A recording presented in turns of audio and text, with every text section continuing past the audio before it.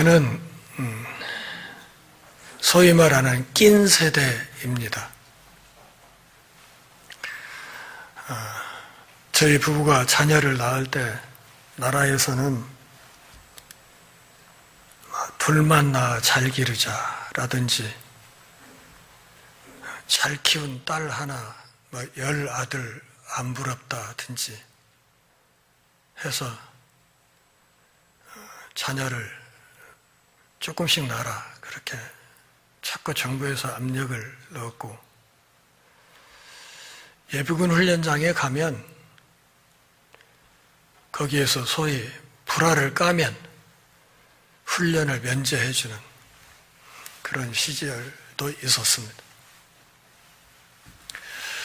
그래서 많이 낳지 말라는 자식을 낳았다고 저희 셋째부터는 산부인과에서 애를 찾아올 때 보험 적용도 안 되어서 아주 비싸게 애를 찾아왔던 그런 기억도 있습니다. 근데 지금은 나라에서 애 낳으면 돈을 주네, 뭘 주네, 이 난리를 피우고 있습니다. 저 어릴 때는 어린아이들은 사람 취급을 받지 못했습니다. 어른들과 밥상머리에 함께 마주 앉기도 힘들었고, 마주 앉아도 상위에 있는 반찬도 마음대로 집어먹지 못했습니다. 그때에 비하면 요즘은 어떻게 보면 어린이들의 천국인 것 같은, 누구도 아이들을 제지할 수 없는 그런 시대에 살고 있습니다. 어른들한테 쥐어 터지면서 살았는데 다 크고 보니까 이제는 어린이들을 또 떠받들여야 되는 이 낀 세대에 서러움이 있습니다. 그렇다고 애들을 막 패고 싶다는 뜻은 아니니까 오해하지 마시기 바랍니다. 일절을 보면 그때 제자들이 예수께 나와서 말을 걸었다. 천국에서는 누가 큽니까? 그때라는 말은 본문 앞에 있었던 베드로가 바닷가에 가서 낚시를 해서 물고기를 잡고 맨 처음 잡힌 물고기 입을 벌려서 거기에 들어있던 한 세겔로 예수님과 베드로 두 사람의 성전세를 납부했던 바로 그때를 말합니다. 예수님 앞에 나와왔지요. 묻습니다. 천국에서 누가 넘버원입니까? 마가복음 9장 33절부터 35절까지 말씀을 잘 들여다보면 예루살렘을 향해서 가는 예수님 뒤를 따라다니면서 길바닥에서까지도 그들은 서로 누가 크냐 하고 다투었습니다. 쟁론했다 하는 이 말은 싸웠다 그 말이에요. 우리 12 중에 누가 넘버원이고 누가 넘버2냐 이걸 가지고 다퉜다 그 말이에요. 전에도 말씀드렸듯이 베드로는 아마 이 상황에서 항시 물 위를 걸었던 경험을 가지고 다른 제자들을 눌렀을 것이다 그렇게 생각이 돼요. 너희들이 물 위를 걷는 그 느낌을 알아? 이러면서 큰 소리를 쳤을 것이다 생각이 돼요. 누가 큽니까? 천국에서는 누가 위대합니까? 제자들의 관심은 지극히 세속적인 데 있었어요. 세속의 정부에서처럼 대통령 그 밑에 누가 넘버원이고 누가 넘버2입니까? 그러나 예수님의 관점은 달랐습니다. 그러니까 세속적 관점의 핵심에는 무엇이 있나요? 거기에는 자기 욕심이 있습니다. 자기 주장하는 것. 딴 사람은 몰라도 내가 넘버원이 돼야지. 넘버원이 못 되면 넘버2라도 돼야지. 이런 생각을 가지고 있었는데 예수님의 관점은 전혀 달랐다 하는 것을 알 수 있습니다. 2절을 보면 이 질문에 대해서 예수님의 대답을 하시기 전에 어린아이 하나를 불러서 그 가운데 세웠다 그랬죠. 그리고 3절에서는 너희가 돌이켜 어린아이들과 같이 되어야 한다 이렇게 얘기를 하셨습니다. 중요한 얘기는 돌이키라 그런 말이에요.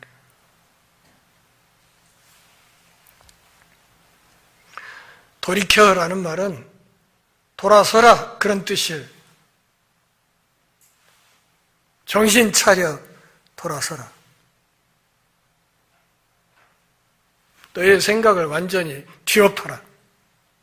지금 그 생각으로는 안 된다. 그런 말. 어린아이 하나를 불러세우고 이 아이처럼 되도록 돌아서라.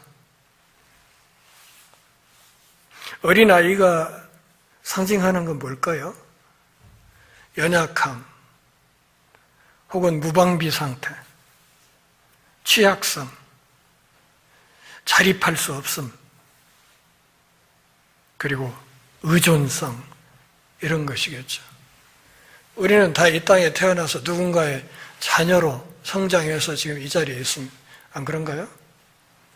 그냥 부모 없이 그냥 혼자 자립한 사람 혹시 있나요? 그분이 있으면 제가 예수 안 믿고 거기 따라다니려고. 그런 사람은 없어요. 아이가 태어나요. 그냥 형체만 사람이지 그거 핏덩어리잖아요. 그렇죠? 아무 짓도 못해. 보지도 못하고 소리도 잘 듣지도 못하고 앉지도 못하고 서지도 못하고 아무 짓도 못해요. 그냥 누워서 똥 싸고 오줌 싸는 집밖에는 못해요. 아무 짓도 못하는 게 어린아이예요. 그 핏덩어리들을 얼굴 앞에 있는 구멍 찾아서 전 물려주고 뭐 넣어주고 기저귀 치워주고 목욕시키고 옷 입히고 해서 키우고 유치원 보내고 학교 보내고 해서 사람 만들어 놓은 거예요. 그러니까 부모의 돌보는 손길이 없었으면 그거 사람 구실 하지 못할 그런 존재들, 그게 어린아이란 말이에요. 어린아이. 그러니까 부모에게 전적으로 기대지 않으면 생존할 수 없는, 생명을 부지할 수 없는 그런 존재, 그게 어린아이란 말이에요. 특히 예수님 당시의 어린아이들은 과거에 저 어릴 때와 마찬가지로 사람 취급을 받지 못했어요. 그래서 오병이의 이적이나 뭐 이런 이적들을 볼 때도 뭐라고 기록이 되어 있어요? 여자와 어린아이 외에 5,000명 이렇게 말하잖아요. 그러니까 사람 숫자를 세는데도 끼워주지도 않아요. 그 사람 취급도 안 해요. 그런 시절이었어요. 그런 시절에 예수님이 어린아이를 딱 안고 이 아이처럼 돌아서라. 그렇지 않으면 안 된다. 이렇게 말씀을 하신 것이죠. 자기를 추구하지 말고 어린아이 같은 겸손으로 하나님의 자비를 추구하라는 것입니다. 이것은 아주 혁명적인 가르침이었습니다. 당시 시대의 기본적인 바탕과 관습을 완전히 뒤엎어버리는 그런 놀라운 가르침이었습니다. 자신의 무가치함을 인정하고 예수 그리스도를 유일한 희망으로 인식하는 사람, 그 사람이 어린아이 같은 사람이고 그 사람이 천국에 들어갈 수 있다. 자기를 추구하지 않고 자기 주장을 하지 않고 어린아이 같은 겸손으로 하나님의 자비를 추구하는 사람.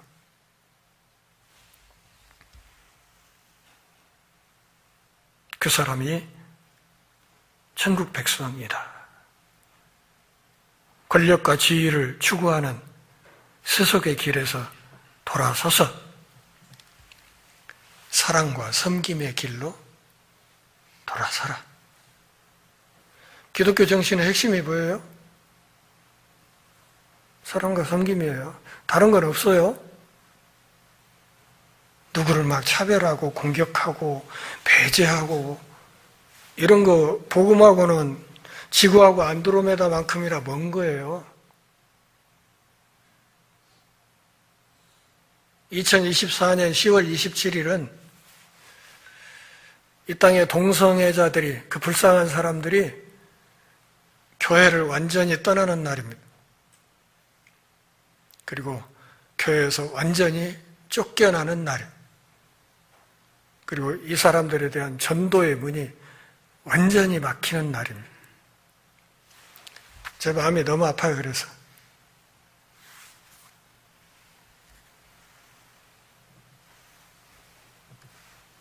천국에서 누가 큽니까? 어린아이처럼 겸손한 사람이어야 된다. 천국의 덕목은 겸손이다. 그리고 하나님을 향한 전적인 의존성이다. 이렇게 말하는. 지금 우리가 마태복음을 다루고 있지만 다른 복음서도 마찬가지. 이 네 복음서의 핵심 주장은 무엇인가 하면 예수님이 왕이시라는 거예요. 왕. 그리고 우리는 지금 그 왕의 말씀을 듣고 있는 거예요. 왕이 하시는 말씀. 누구로서? 그분의 신하로서. 신하된 자들이 왕이신 그분의 말씀을 지금 듣고 있는 거예요. 가볍게 들어서는 안 되는 말씀이다. 그런 말이죠. 그러므로 누구든지 어린아이와 같이 자기를 낮추는 사람이 천국에서 큰 자다. 어린아이의 특질을 예수님은 자기를 낮추는 자로 보셨어요. 당시 사회에서는 그럴 수밖에 없죠. 어디에 가든지 빡빡 기지 않으면 사람 취급을 받지 못하니까. 어른들로부터 된통 혼나니까 낮추지 않으면 안 되는 그런 세상이었어요. 자기를 낮추는 사람, 그 사람이 천국에서 진짜 큰 자다. 그러니까 제자들이 갖고 있었던 천국의 그림은 뭐냐면 다른 것이 아니라 이 세속의 정치권과 똑같은 구조였어요. 힘센 사람이 높은 자리에 올라가는 그런 구조. 그런데 예수님이 말씀하시는 하나님 나라는 그것이 아니라 가장 겸손한 사람이 높은 권세를 지니는, 다시 말하면 섬김으로 왕노릇하는 나라라고 말한 것입니다. 예수님이 왕이신 이유는 뭐예요? 인류 전체를 섬겼기 때문이에요. 그러니까 많이 섬기면 섬길수록 그 사람이 더 높은 권위를 지닌다. 10명을 섬기면 10명의 왕이 되는 것이고 10,000명을 섬기면 10,000명의 왕이 되는 것이다. 그럼 어느 수준까지? 목숨을 바칠 때까지. 그게 우리의 왕이 걸었던 길이니까.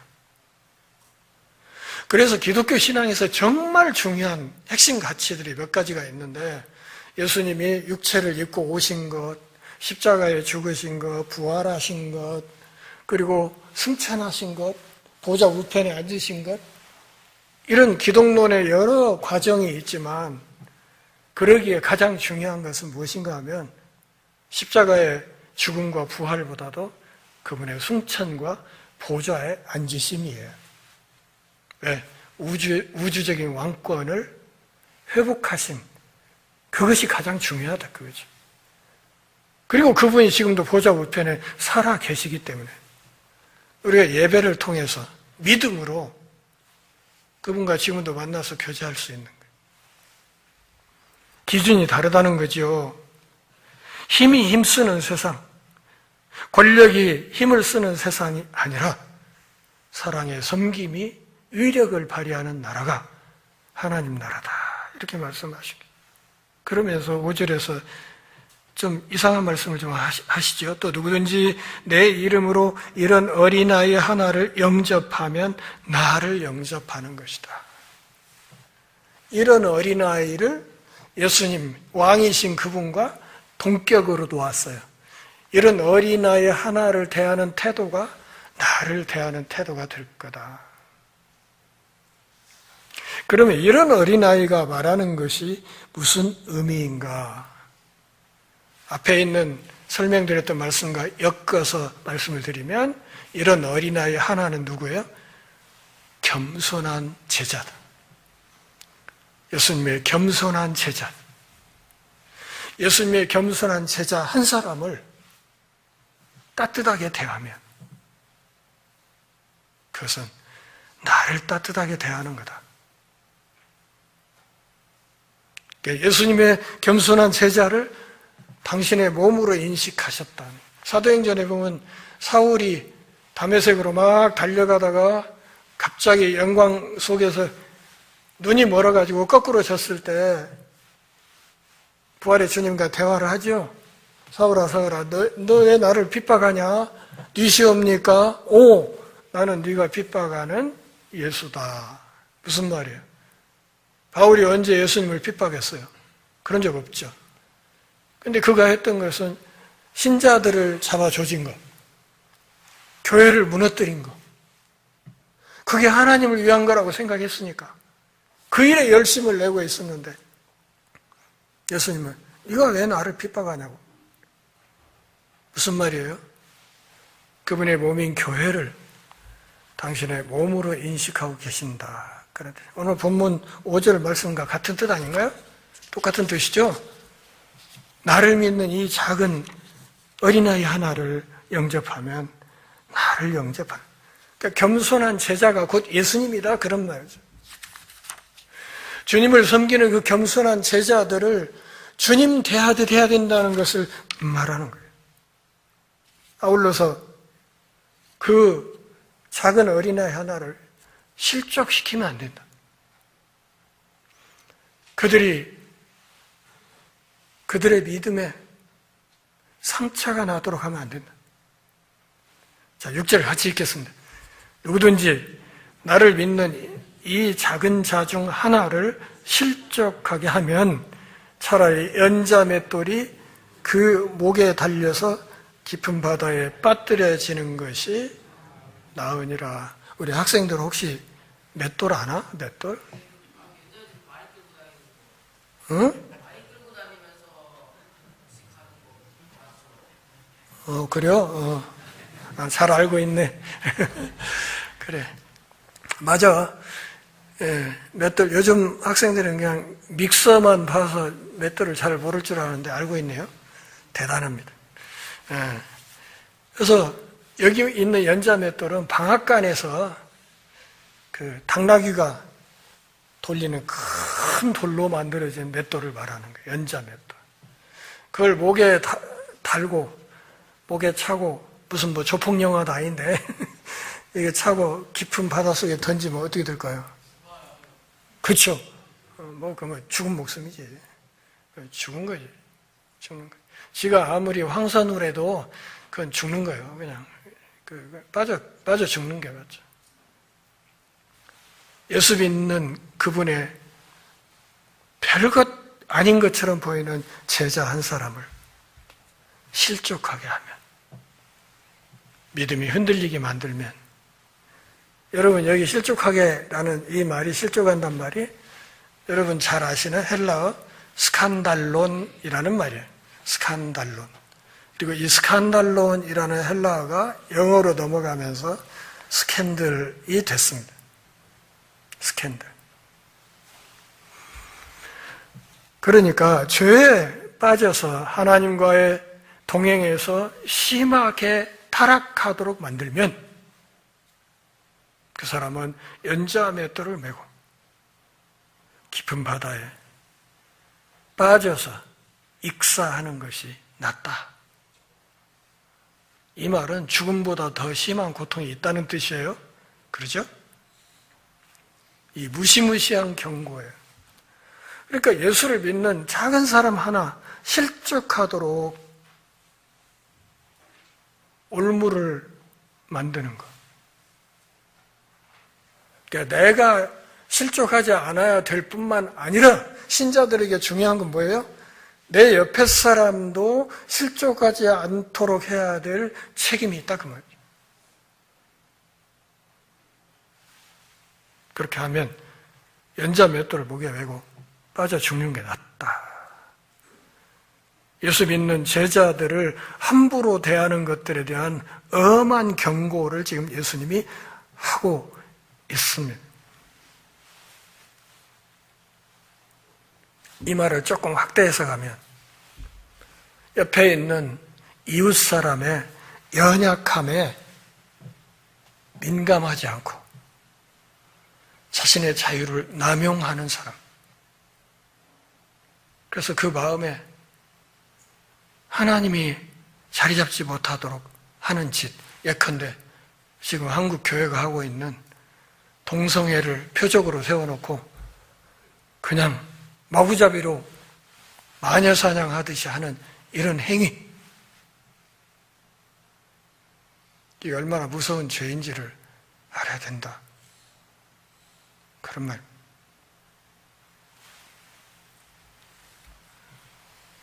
거짓 선생들, 그리고 자신의 삶이 남에게 미치는 영향이 전혀 신경 쓰지 않는 사람, 이런 사람들에 대한 경고입니다. 그런데 이 무서운 짓을 한국의 대형교회 목사들이 앞장서서 하고 있어요. 지금 자기들이 무슨 짓을 하는지도 모르죠. 동성애만 막으면 부인들의 믿음이 좋아지는 줄 착각해요. 천만에요. 교회 안에 숨긴 죄악이 얼마나 많습니까? 목회 세습부터 시작해서 목사들의 학위 위조, 설교 표절,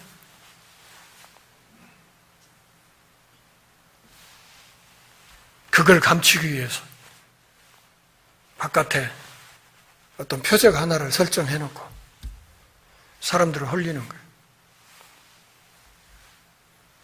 7절 같이 읽겠습니다.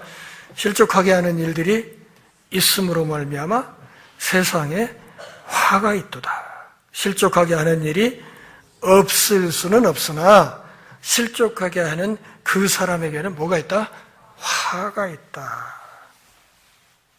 여러분, 마가복음 14장 21절을 한번 주목할 필요가 있는데 한번 볼까요? 마가복음 14장 21절 같이 읽어요. 인자는 자기에 대해 기록된 대로 가거니와 인자를 파는 그 사람에게는 화가 있으리로다. 그 사람은 차라리 나지 아니하였더라면 자기에게 좋을 뻔하였느니라 하시니. 누구 이야기예요? 가룟 유다 이야기. 예수님 팔아먹은 가룟 유다 이야기를 할 때 그 사람에게 화가 있다. 그 화가 얼마나 심각한 화, 그 저주가 얼마나 심각한 저주인가를 예수님이 비유적으로 말씀하시기를 뭐라고? 차라리 태어나지 않는 게 좋을 뻔했다. 이 저주의 무게를 생각하실 수 있겠습니까? 이것은 연자 맷돌을 달아서 깊은 바다에 빠지는 것 이상으로 심각한 저주예요. 그런 사람들에게 하나님의 저주가 있다. 교회를 아프게 하는 사람, 교회를 빠개는 사람들, 그게 무슨 죄인지를 알아요. 피할 수 없다고 말해요. 세상에서 이 일을 실족하게 하는 일이 없을 수는 없다. 그렇지만 모든 사람이 거기에 다 얽히는 건 아니다. 그러니 조심해라. 그런 죄에 빠져들지 않도록 조심해야. 왜? 거기에 걸려들면 하나님의 저주가 있기 때문에 그렇다. 그 저주라는 것은 차라리 태어나지 않는 게 좋았을 것 같은 그런 정도의 무시무시한 저주일 것이다. 그러니 하나님을 믿는 한 사람을 실족시키는 것 정말 조심해야 된다. 그렇게 얘기를 해요. 에베소서 6장 16절에서 사도 바울은 이렇게 말해요. 믿음의 방패가 있다. 우리에게는 믿음의 방패가 있기 때문에 이런 죄에서 벗어날 수 있다고 얘기를 해요. 예수를 믿냐? 왕이신 그분을 왕으로 진짜 받아들이고 그분께 충성을 바치느냐? 그러면 이런 죄에 빠질 일은 없다. 그런 얘기예요. 믿음이 우리를 막아준다는 말은 그런 실족의 길에서 차단해 줄 것이다. 그런 뜻이에요. 그러면서 정욕과의 싸움에 대해서 8, 9절에서 말씀을 하십니다. 같이 읽어보겠습니다. 만일 네 손이나 발이 너를 범죄하게 하거든 찍어 내버려라. 장애인이나 다리 저는 자로 영생에 들어가는 것이 두 손과 두 발을 가지고 영원한 불에 던져지는 것보다 나으니라. 만일 네 눈이 너를 범죄하게 하거든 내버리라. 한 눈으로 영생에 들어가는 것이 두 눈을 가지고 지옥불에 던져지는 것보다 나으니라. 6절에서는 바다에 빠뜨려진다. 9절에서는 지옥불에 던져진다. 이렇게 이야기를 했습니다. 자, 8절, 9절을 다시 보면 손, 발, 눈, 한눈, 두 눈 이렇게 얘기를 하고 있어요. 손과 발은 행동을 말하는 거예요. 행동. 손과 발로 우리가 하는 게 뭐예요? 행동이죠. 행동. 눈은 뭐예요? 탐욕의 상징이에요. 눈으로 보거든요. 눈으로 보고 발을 움직여서 가서 손으로 만지는 거거든. 예수님이 과장법을 썼어요. 이것을 직설법으로 받아들이면 나중에 천국에는 전부 팔 없는 놈, 다리 없는 놈만, 눈 빠진 놈만 있겠구만 이렇게 생각하게 하시는데 이게 과장법이에요. 과장법. 과장법에서 과격한 표현으로 이 사안의 중대성을 강조하시는 거예요. 그만큼 내 사지를 절단하고자 하는 각오로 이 지저분한 욕망과 싸워라 그런 말. 왜? 지옥불에 빠지지 않기 위해서 싸워야 된다. 왕이신 그분을 섬기는 충성된 신하들은 싸워야 된다. 끝까지 충성을 하기 위해서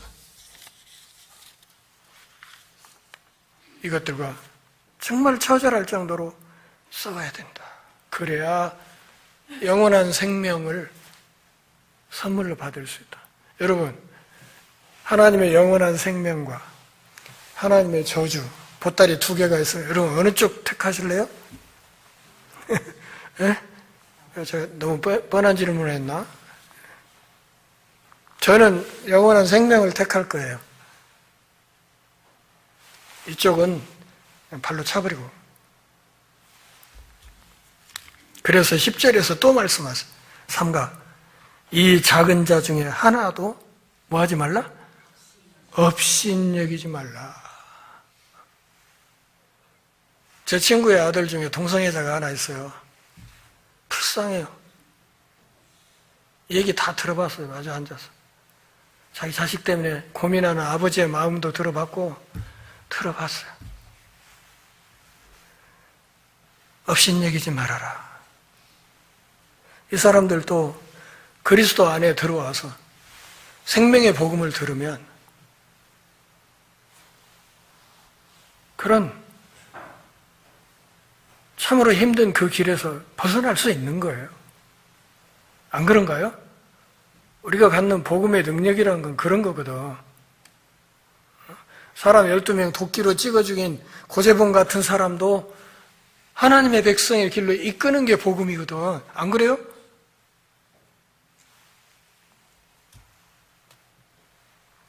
그들의 천사들이 하늘에 계신 내 아버지의 얼굴을 항상 뵙는다. 그러니까 이 작은 자 하나하나 따라다니는 누가 있다? 수호천사가 있다. 그리고 그 수호천사들은 날마다 하나님의 보좌 앞에서 그분의 얼굴을 뵙는다. 무슨 얘기예요?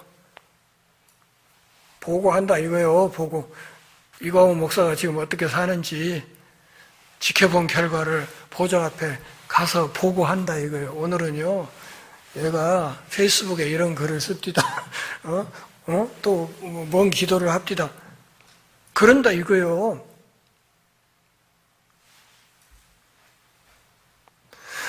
하나님의 자녀들을 보호하는 수호 천사가 따라다니고 있다. 그들이 날마다 하나님의 보좌 앞에서 영광의 하나님을 보고 상황을 실시간으로 보고하고 있다. 하나님과 지속적으로 소통하면서 자기가 보호하는 그 사람의 일거수일투족을 살피고 있다. 그러니 삼가, 10절 맨 앞에 있죠? 삼가. 무슨 뜻이에요? 조심해라. 조심해라. 사람 함부로 업신여기는 거 정말 조심해라. 그러면서 하나님의 마음을 말해요. 하나님의 마음이 어떤 마음이냐.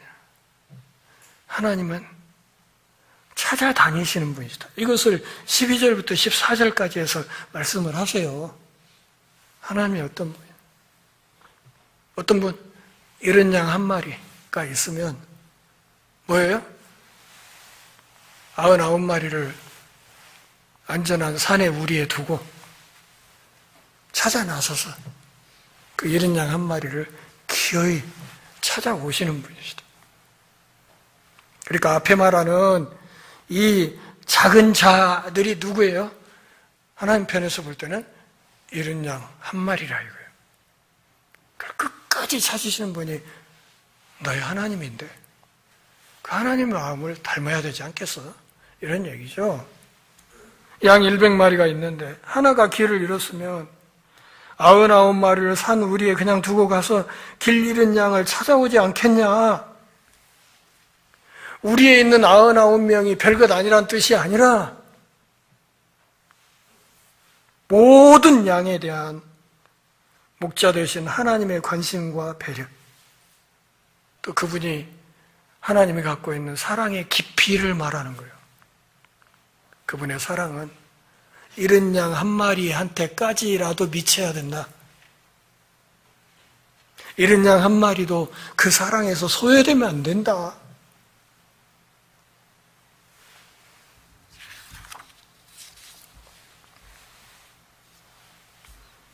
그 잃었던 양을 찾아서 회복시키게 되면 목자 하나님의 마음이 얼마나 기쁘겠냐. 그리고 왕을 따르는 제자라면 그 마음을 가져야 된다. 아시겠어요? 그 마음을 가져야 된다고. 하나님의 이 마음을 가져야 된다고. 우리 곁에 약해 보이는 사람 하나를 정말 소중히 여겨주는, 따뜻하게 품어주는 그런 삶을 살아야 된다고 이야기를 하는 거예요. 13절 말씀은 마찬가지로 일종의 비유이고 과장법이에요. 그러니까 우리에 있는 99마리를 그냥 소홀히 여긴다는 뜻이 아니라 하나님의 사랑, 그 깊이를 지금 설명을 하시는 거예요. 마지막 잃어버린 한 마리까지 당신의 사랑이 미치게 될 때 목자 되신 하나님의 마음이 얼마나 기뻐하겠냐. 그러면 우리에 있던 99마리를 위해서는 또 얼마나 기뻐하겠냐. 그걸 말씀을 하시는 거죠. 시내 식당에 갔어요. 그래서 주문을 하는데 주문 받으러 온 아가씨가 그때 우리 딸이 이태리 유학가 있을 때네 꼭 우리 딸 정도 나이가 된 것 같아. 근데 말하는 거 보니까 한국말이 약간 살짝 서툴어요. 그래서 물어봤더니 베트남에서 왔대. 그래서 내가 서빙하러 이제 하는 사이에 살짝 물었어요. 힘들죠? 그랬더니 그냥 울어버리네, 그 자리에서.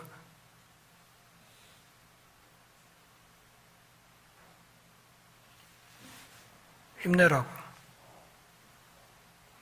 이때도 잠시 지나가니까 힘내고 마음 단단히 먹고 열심히 하라고. 그렇게 따뜻거린 적이 있는데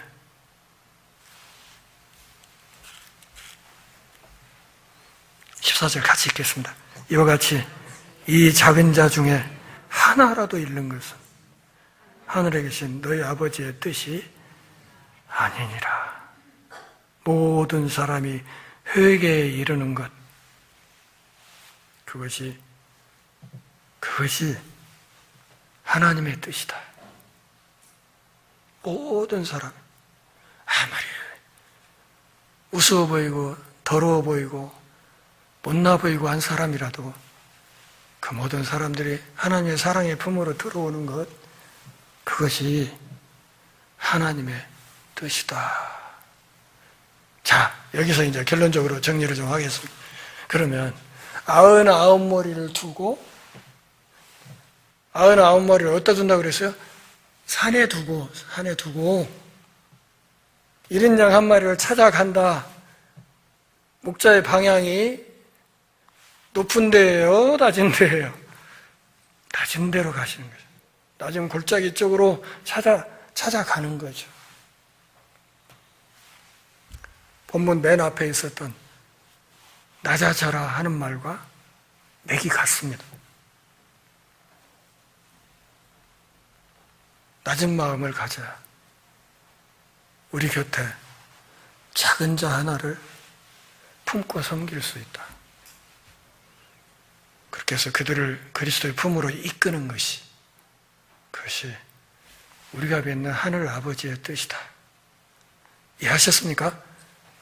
저는 예수 믿는 사람들의 특징을 여러 가지로 정의할 수 있겠지만 단 한 가지로 그냥 가슴이 따뜻한 사람, 그렇게 생각을 해요.